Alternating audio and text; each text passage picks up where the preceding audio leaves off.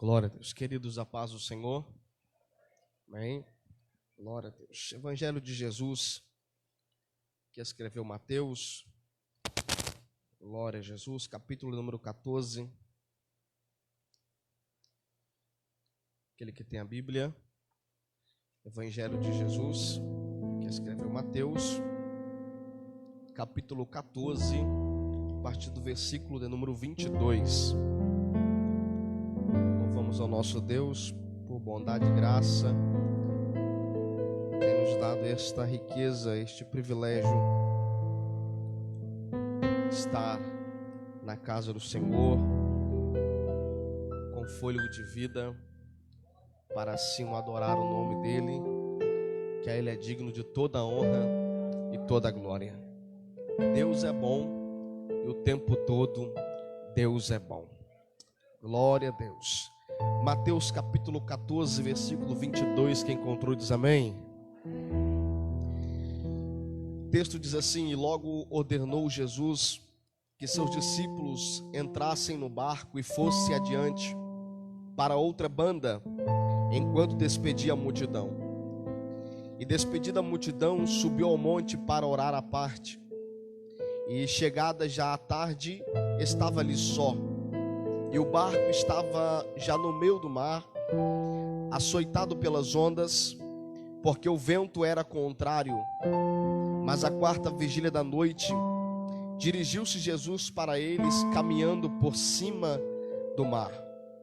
E os discípulos, vendo caminhar sobre o mar, assustaram-se, dizendo: é um fantasma, e gritaram com medo. Jesus, porém, lhes falou logo, dizendo: tende bom ânimo, sou eu, não temais. E respondeu-lhe Pedro e disse: Senhor, se és tu, manda-me ter contigo por cima das águas. E ele disse: vem. E Pedro, descendo do barco, andou sobre as águas para ir ter com Jesus. Mas, sentindo o vento forte, teve medo, e começando a ir para o fundo, clamou dizendo: Senhor, salva-me. E logo Jesus, estendendo a mão, segurou e disse-lhe: homem de pequena fé, por que duvidastes? E quando subiram para o barco, acalmou o vento, e então se aproximaram-se os que estavam no barco, e adoraram dizendo: és verdadeiramente o Filho de Deus. E tendo passado para outra banda, chegaram à terra de Genezaré. E aqueles que podem assim dizer amém. Glória a Deus. Toma o seu assento. Oh Jesus. Queridos, o Evangelho de Cristo, que é anunciado as boas novas do Senhor, traz ao homem a fé e a esperança. E é isso que nós como igreja devemos propagar e anunciar aos irmãos.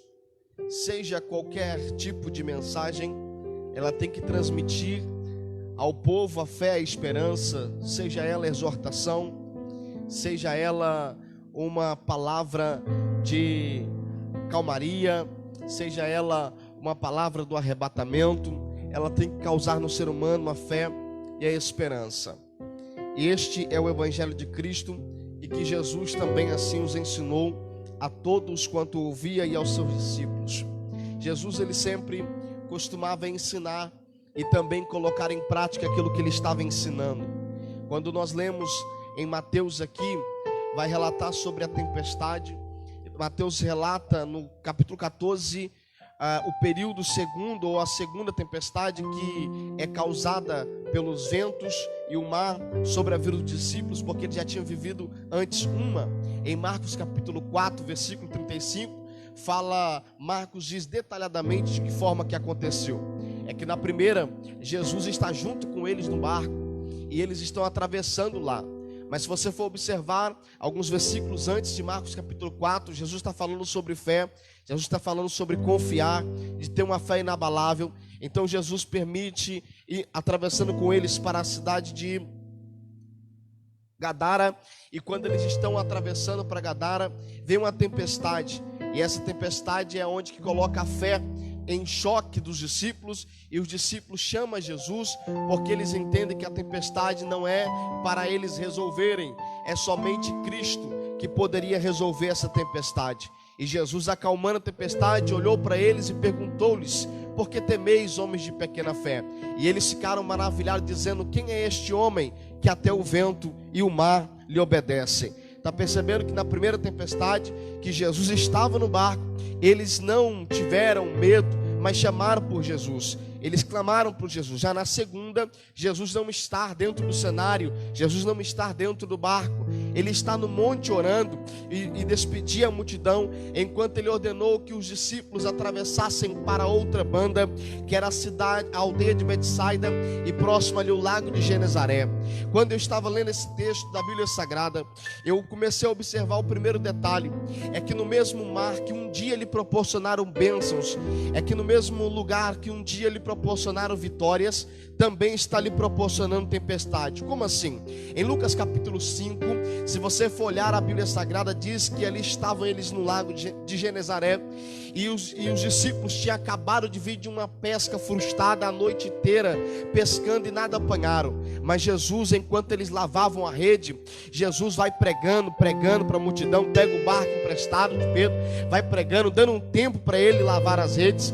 E eles estão lavando as redes, e conforme eles lavam as redes, Jesus prega. Quando eles terminam de lavar a rede, ele chama Pedro e diz para Pedro para ir ao alto mar, lançar a rede de novo.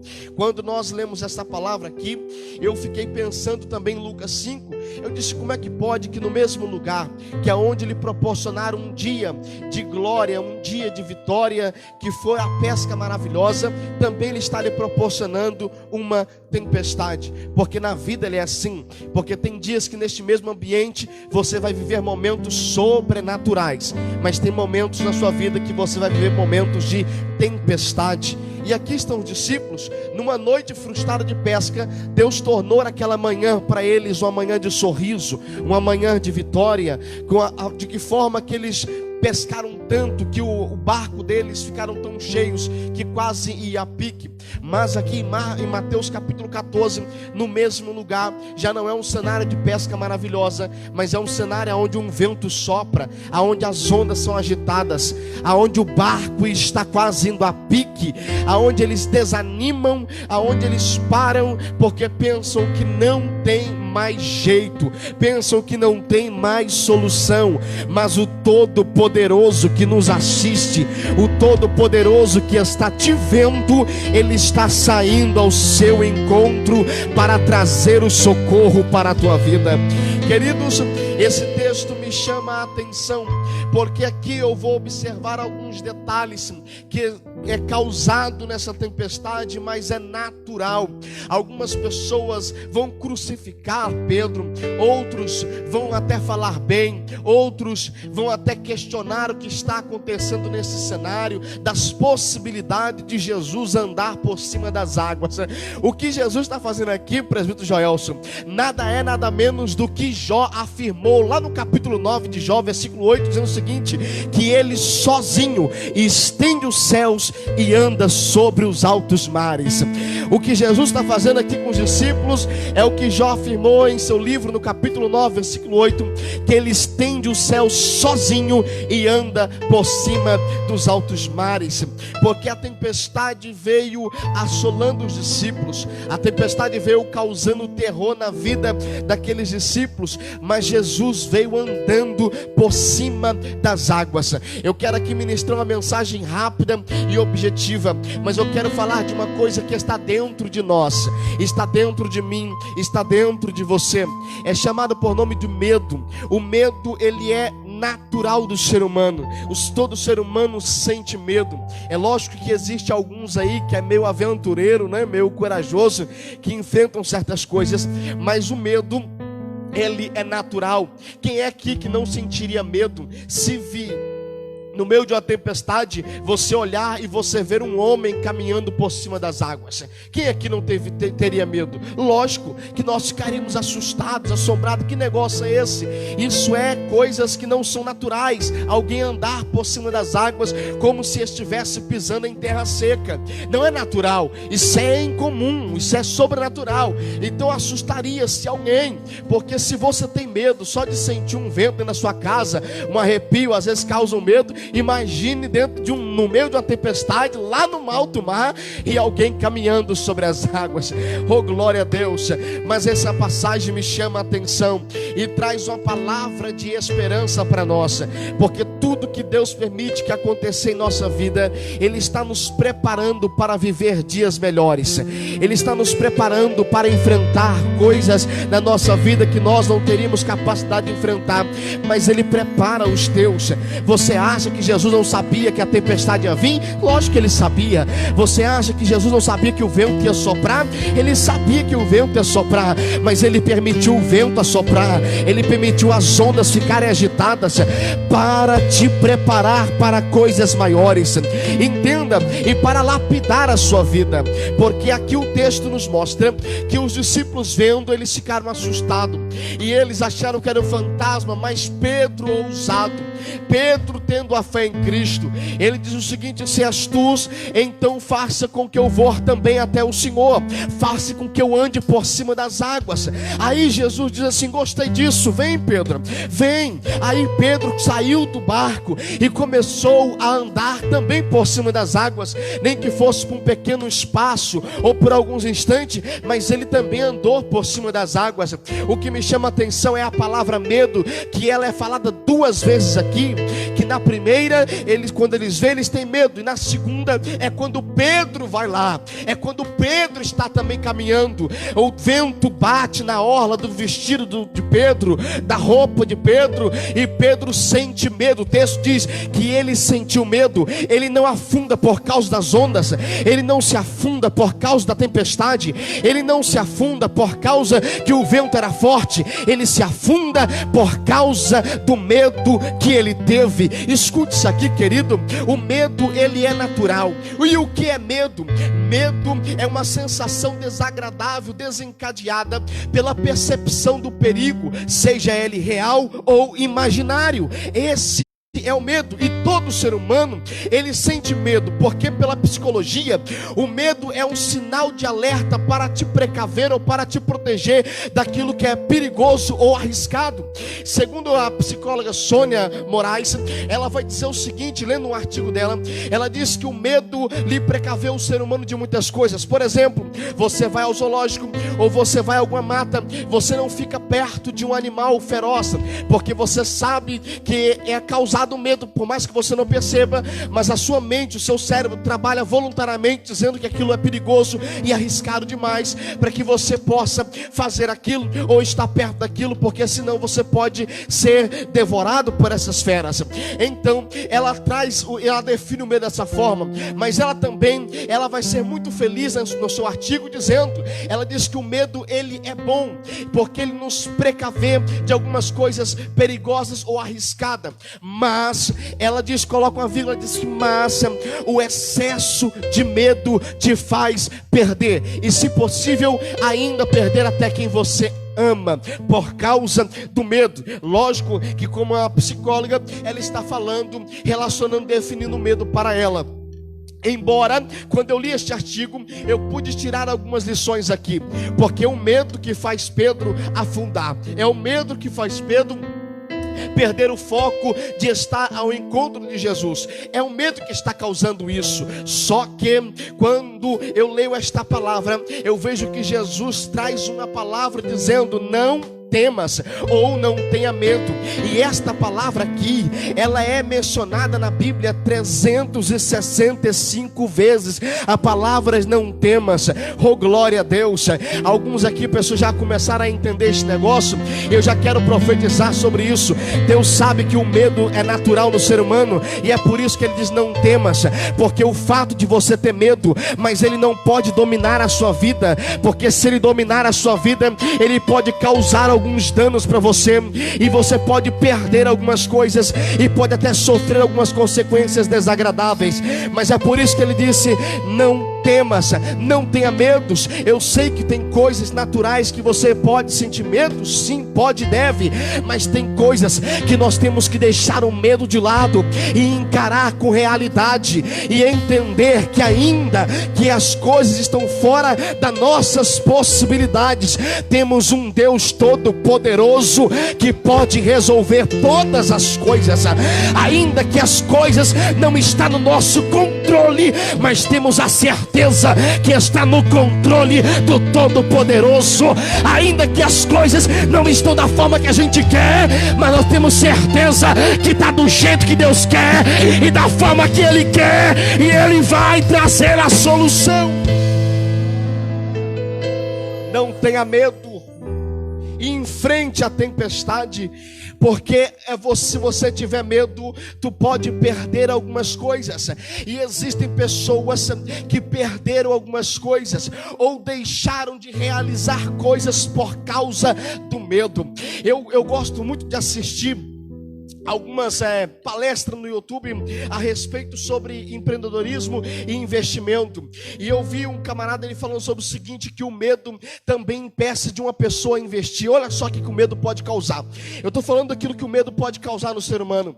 Ele dá medo ao ser humano de poder investir, ou até mesmo de aplicar os seus recursos em alguma coisa, mas o medo lhe traz a sensação que ele pode se frustrar e pode perder, e ele não acaba saindo do lugar porque teve medo de fazer, teve medo de executar.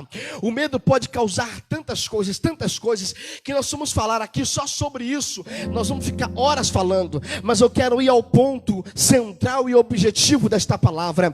Quando Jesus disse não temas, Ele está dizendo o seguinte: para não ter medo, porque as coisas que estão acontecendo em sua volta, Ele está no controle e tem o domínio de todas as coisas. Deus está no controle, Ele não perde o controle. Por mais que algumas coisas aconteçam e que algumas pessoas pensam que Deus deixou de estar no controle, não, pelo contrário, queridão, Deus sempre estará no controle. E se está acontecendo porque tem a sua vontade permissiva, as pessoas não sabem separar isso da vontade soberana, divina, e a vontade permissiva. Vontade soberana e divina é aquela que Ele, quando Ele quer fazer, Ele faz independente da opinião de A ou de B. Vontade permissiva é quando Ele permite acontecer e deixa as coisas acontecendo. Essa é a vontade permissiva de Deus. Então, mas Ele sempre estará no controle, Ele nunca perderá o controle. Eu não posso acreditar que um Deus que não está fora do controle, que perdeu o controle, sendo que Isaías disse que Ele está sentado sobre o globo da terra, e a sua cabeça está acima dos altos céus, e a terra é os cabelos dos seus pés, e o mar, as águas estão na palma da sua mão. Não posso acreditar que Ele está fora do controle. Pelo contrário, Ele está no controle de todas as coisas. Se Ele quiser mover o céu e a terra, Ele vai mover em nosso favor, porque Ele é Deus. Ele é Deus, Ele é poderoso.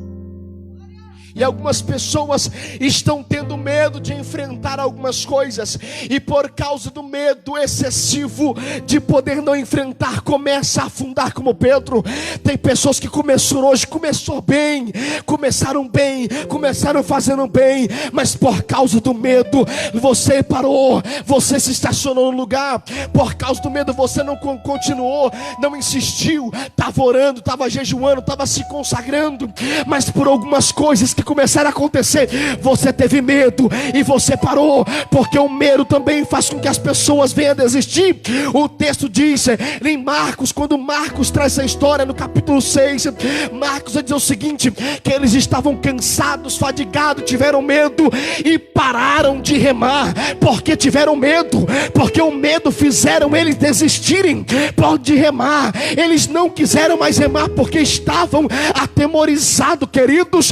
O medo faz com que pessoas desistam, e Deus não quer que você desista. Deus não quer que você para. O que Deus quer é que você coloque o medo para o lado de fora, coloque a fé em ação e diz: ainda que o vento sopre, mas eu vou continuar remando. Ainda que a tempestade venha, mas eu vou continuar remando. Eu não posso parar por causa de algumas coisas que estão acontecendo em minha volta. Nós não podemos parar por causa disso. Temos que continuar. E o medo faz com que pessoas desistam. Como os discípulos desistiram. Desistiram porque estavam com medos. Mas para quê? Se nós todos vamos perecer. Remar para quê? Se não tem mais solução. Remar para quê? Se não tem saída. Remar para quê? Para que continuar remando? Se as coisas não vão bem.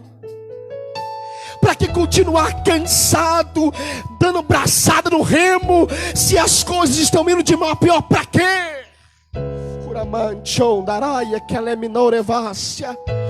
Mas Deus nos trouxe aqui esta noite para nos dizer: não temas, não temas, não temas, não temas. Continue remando, continue dando braçada. É cansado, mas está remando.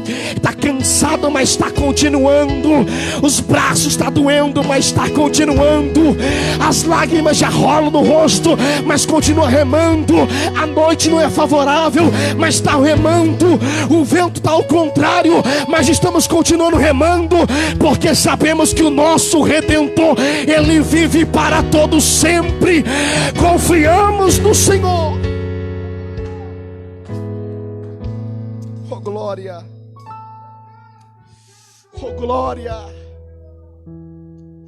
Ramanchon da calamandorace releminorevácia. Faça a tua parte. Faça o que te cabe a fazer. Mas entenda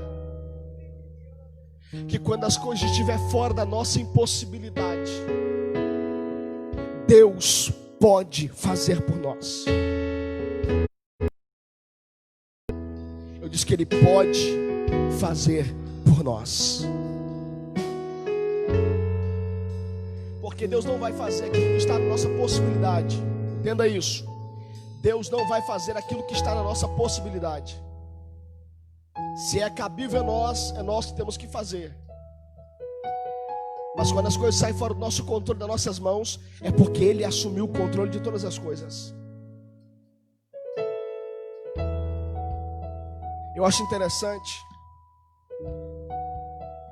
que o medo fez com que os discípulos sofressem algumas coisas.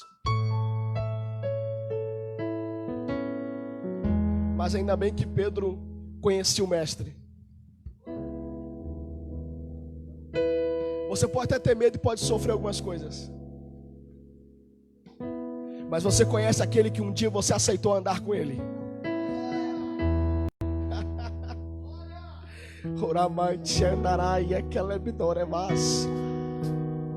Você pode até não ter compreendido os milagres anteriores que Ele fez, mas a partir do momento que você decidiu andar com Ele, você conhece quem Ele é e que Ele pode fazer.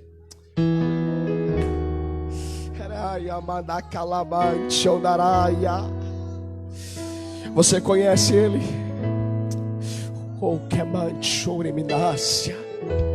Ele está passando aqui para pegar na tua mão de novo.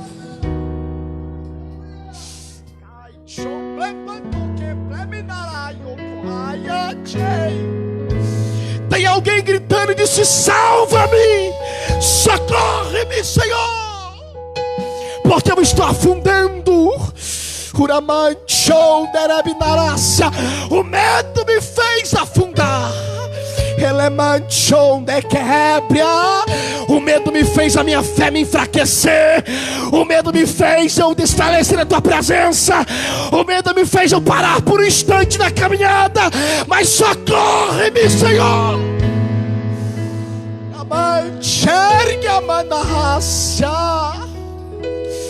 Tem uma mão que não está encolhida para que não possa salvar. É a mão do Todo-Poderoso que está te estendendo, dizendo: Pedro, é tempo de voltar de volta para cima. É tempo de voltar para dentro da embarcação. Porque o medo faz isso. O medo faz com que você perca o foco e perca a direção para onde você está indo. E você não pode perder o foco, porque o foco é Cristo. Tem que olhar para o Senhor Jesus.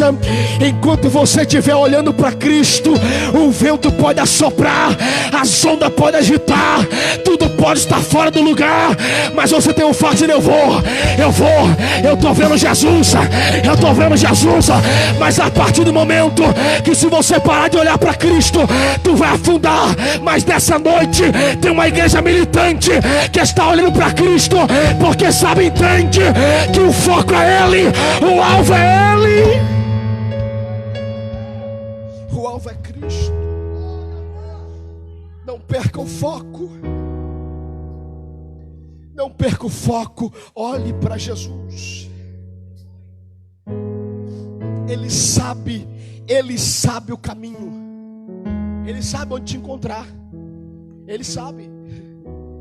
Naum capítulo 1 versículo 3, na parte B, está escrito o seguinte: Ele conhece o caminho.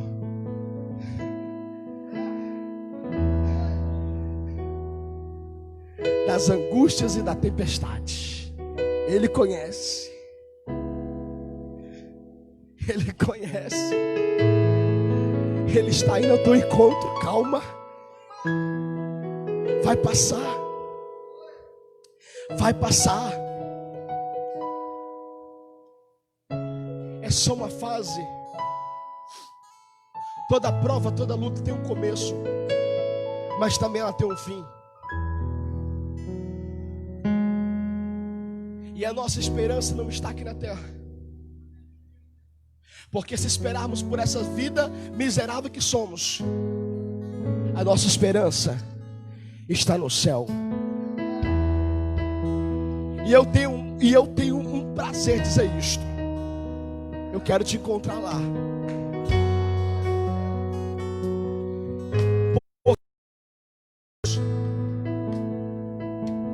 É para lá que é a nossa direção. Vamos passar por todo e qualquer tipo de aflição aqui na terra, mas eu estou grudadinho com Paulo em Romanos capítulo 8 versículo 18, que as aflições do tempo presente não dá para comparar com a glória que há de ser revelada. Não dá, Cíntia. Não dá para fazer comparação, não dá para fazer paralelo, não dá conjectura, não dá com a glória que há de ser revelada para a igreja. Oh Jesus do céu, as aflições podem até surgir, as tempestades podem até aparecer, mas o nosso socorro vem do Senhor que fez os céus e a terra. E a nossa fé está firmada nele, porque os que confiam no Senhor de Sião, que não se abala, mas permanece para todo sempre. É a palavra de Deus. Fica de pé. Oraman, Charaman, Show, Elébria, Amandacan, Show, Pretote, que fácia. Alguém está dizendo socorro, e a mão está sendo estendida hoje. Uraman, Elébria. Sente medo diante de um novo obstáculo, faz parte, mas não deixa que impeça você continuar a prosseguir. Faz parte, é normal, é da nossa natureza, mas a nossa fé faz a gente romper o medo, a nossa confiança faz a gente romper barreiras. Elemana calamancho naraia, eleminare caleminorevácia, o que manchou peque fominaio coleminácia. Deus está na casa, Deus está neste ambiente, e Ele me trouxe aqui nessa noite para lhe dizer o seguinte: o gigante gritava e o exército de Saul tinha medo, mas Deus levantou um Davizinho que é pequena estatura, mas disse: tu pode ser grande e eu posso ter medo, mas eu vou contra ti. Não é na minha habilidade, é no nome do Senhor, é no nome do Senhor dos exércitos. Oh glória. Só quem veio adorar o Senhor, abra tua boca para adorar aquele. Vai, aproveite agora, Porque este é só um ensaio, é só um ensaio. É um ensaio para o lugar de onde nós iremos. Nós iremos cantar o nome do Senhor. Nós iremos louvar o nome do Senhor. Porque é lá que nós estaremos com Ele para todo sempre. Oh, Jesus. Deus conhece. Sabe o que está fazendo. Oh, Jesus. Mesmo que seja difícil, Não pare. Ele está vendo. Ele está te contemplando. Olha todas suas lágrimas. E Ele está indo ao teu encontro aqui. E mandou a te falar. Ele está aí na tua casa, no teu lar, na tua família. Você não está desamparado. Nós temos um Deus forte, poderoso, imutável. E Ele está trazendo essa mensagem de esperança para a tua vida. Oh, Jesus, renova nossas forças, Senhor. Tira o nosso medo, Senhor. Faça-nos, ó Deus, campeões da tua presença. Que a nossa fé não venha desfalecer. Assim como o Senhor orou para Pedro, Senhor, dizendo para ele que rogaria por ele para que a fé dele não desfaleça. Senhor, eu também faço essa mesma oração, pedindo ao Senhor para que a nossa fé não desfaleça na tua presença, mas que viemos continuar firmes e constantes. Porque esse é só apenas um momento. É um preparo para a gente viver coisas melhores. É um preparo para chegar à terra prometida. É um preparo para chegar à Nova Jerusalém. É um preparo para encontrar com o Senhor, meu.